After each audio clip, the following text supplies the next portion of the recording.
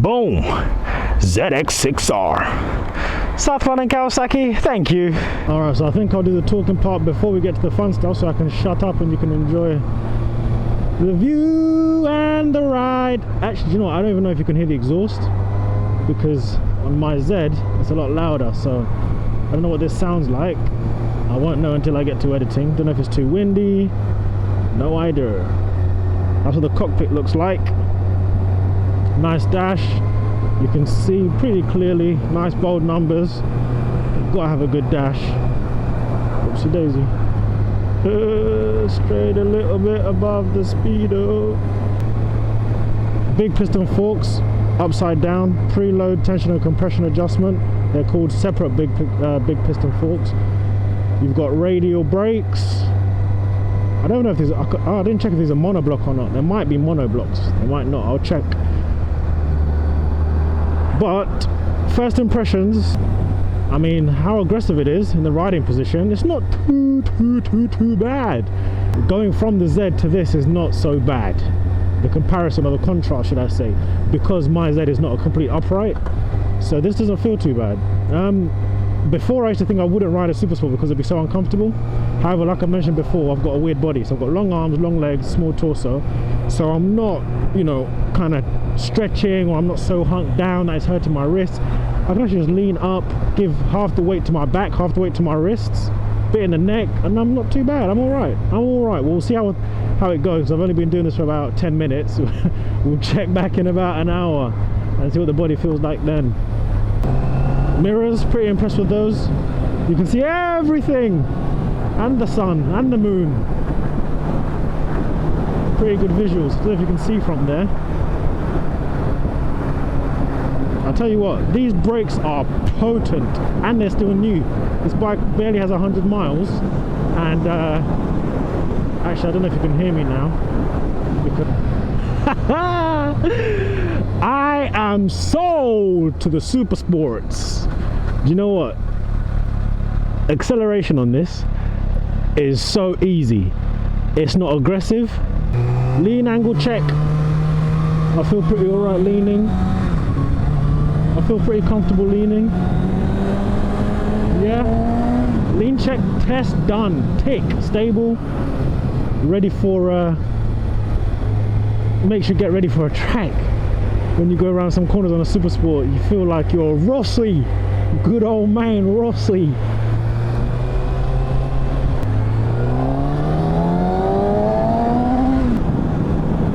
Okay, I'll slow it right down. I'll slow it right down just so I can explain to you guys. It's a 40 zone, but I'm doing like 25 or 30. But I just want to, because I want to speak to you. I just came from the part where it's like you can do 60, and you know what? Having fairing and a screen is so good. The bike feels completely stable. Even it just doesn't wobble. On my naked, you get to about 70, 80, 90 and it starts to wobble. This 60, 70 is like riding at flipping 20 or 30. No dramas whatsoever. And when you're under acceleration, there's actually no pain. There's no aches, there's no nothing. It's like the wind holds you up and the bike accelerating holds you up. So I've got no pains in my middle of my hands anymore. It's just chilled. And now I can see how people can actually use these and cruise around all day long. I spoke to one guy, he said he took his BMW S1000RR around France. So I believe that. I think I'm doing a U-turn. Oh, actually, let's go in the pub. No worries, guys. No drink riding even. Where can I park it at? Maybe get some decent shots over here.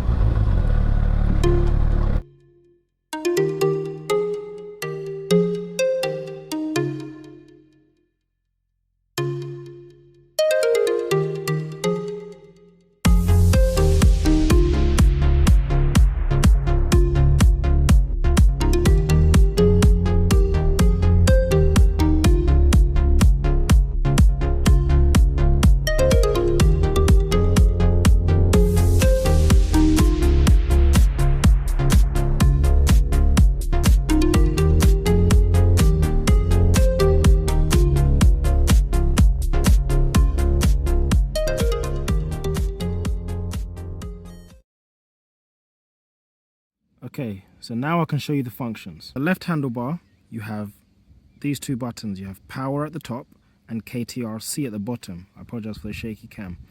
You have power at the top and KTRC at the bottom. If you press the power button, you can see power there at the top that says F. If you press it once,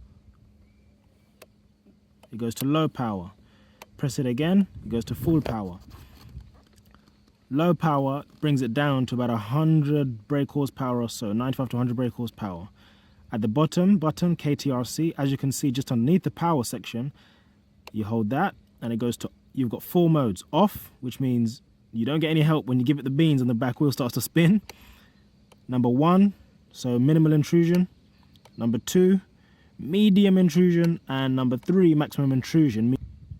As mentioned before, it comes with separate function big piston forks, which you can adjust tension, preload and compression. The bike has an immobilizer, not an alarm though. And then general stuff like full beam, flash, indicators and a horn. And the right handlebar, kill switch and ignition. On the dash, you can see you've got the mode. On the dash, you can see you've got the mode and the reset button. When you press the mode button, as you can see at the top, the clock changes to odometer, trip A, trip B, miles per gallon UK, average miles per gallon, and back to your clock.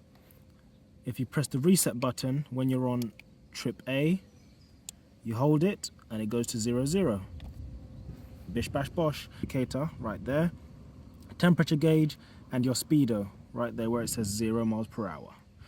ABS, it comes with a race ABS system which is £1,000, has a separate ECU just for that. And of course you've got because you've got traction control, you've got that light which is just above the ABS light. When your back wheel starts spinning, that starts to flash to let you know the back wheel is spinning if you can't feel it. And then on top of there, engine management light when you've messed your bike up. A yearly service on this bad boy is going to cost you between 150 to 220 pounds depending on where you live. Tyres, 100 to 120, 130 pounds for a decent set. That's backhand front. It has Nissan brakes, monoblocs. These brakes are potent, they are strong. The first time I pressed them, I slid forward in the seat. Serious biting power. 310mm brake discs, chunky. The Zx6R also has a slipper clutch, which means when you downshift from higher speeds, if you don't auto blip and your bike has not got a slipper clutch, your back wheel can skid because your engine is traveling at a higher speed than your back wheel, so your back wheel gets dragged. So if you're going around a corner and you do that, you can low side. This has a slipper clutch, so it will do the auto blip function. For those of you who don't know what auto blip is, this is auto blip. So traveling at speed, you want to downshift, press the gear down, give the throttle a bit of a blip. Do you hear that blip? That blip? Now, heading back. So I'll talk about the engine, transmission as well. So, engine, inline 4, 636cc. It's got 136 brake horsepower with ram air. Ram air is the scoop at the front, which means when you're traveling at a certain speed, air is pressurized into the airbox, like a turbo where you know, forced induction, where air is pressurized and then forced induction. And you only get that when you're basically really going above about 100, 120. That's when the pressure is strong enough to force itself naturally into the airbox. Other than that, well, before that speed, you're not really going that fast to pressurize it that much. So basically, you get a bit more power when you're going faster. The faster you go, the more power you get. Without ram air, oi! Why the heck would you stop at around the corner? Man, some people are silly. Anyway, ram air, so without ram air, it has 131 brake horsepower. It weighs 196 kilograms with the ABS model, which is this one. And the ABS system is a race ABS system, as I mentioned before. It's £1,000, but it's a race ABS system. And I tell you what, I haven't locked it up today, but the brakes alone are pretty potent. So reckon it's worth the package, especially on the 600. If you're going to go 180, 170 miles per hour on something like this, no, I don't know about 180. If you're going to go about 170 miles per hour on something like this, good brakes are a must. I tell you what though, let's do a little, it's not exactly a country lane, but it's the closest you would get to the ones I just came down. But I like this one. It's a nice little short one. Let's have some funny. Oh, so, wow, this is all because of the accident. Is it? I don't know. I don't think so.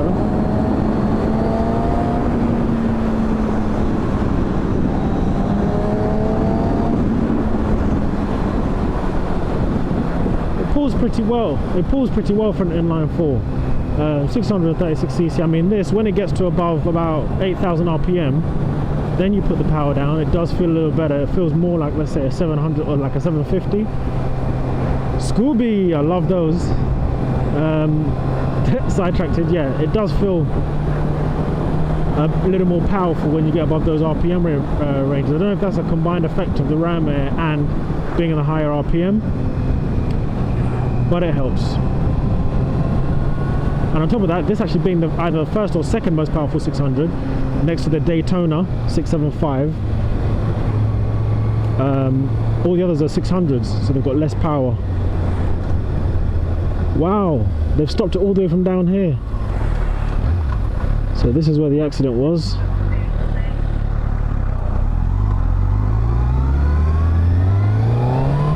Oh, you see, traction control kicked in there, and I was barely twisting the throttle. It just doesn't want to give you all the power in first gear because it knows first gear is powerful.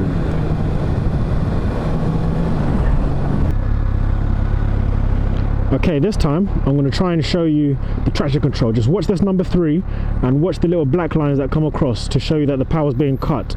So the wheel is not spinning, but the back wheel, but the power, the ECU is cutting power. If the back wheel was spinning, this would flash. So when the light goes green, I wish there was not many cars so I could show you. I'll try and do it down here. So if I put it down, bit of a twist, you see it there? And if you could see that, that was about not even a half twist.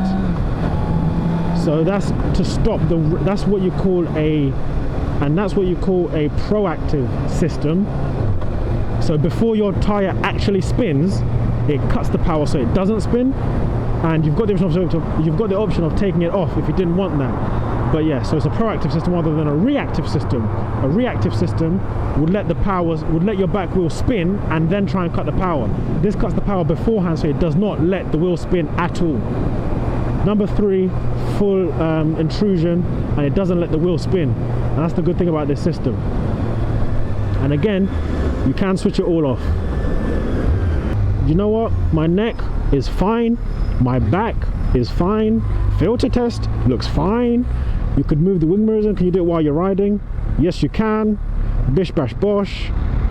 And back, easy job. And of course, as you already know, because the handlebars are lower than the wing mirrors, you can easily scoop right under car mirrors. Or you can kick them off, the car mirrors. No, actually don't do that. You're probably getting a bit of trouble.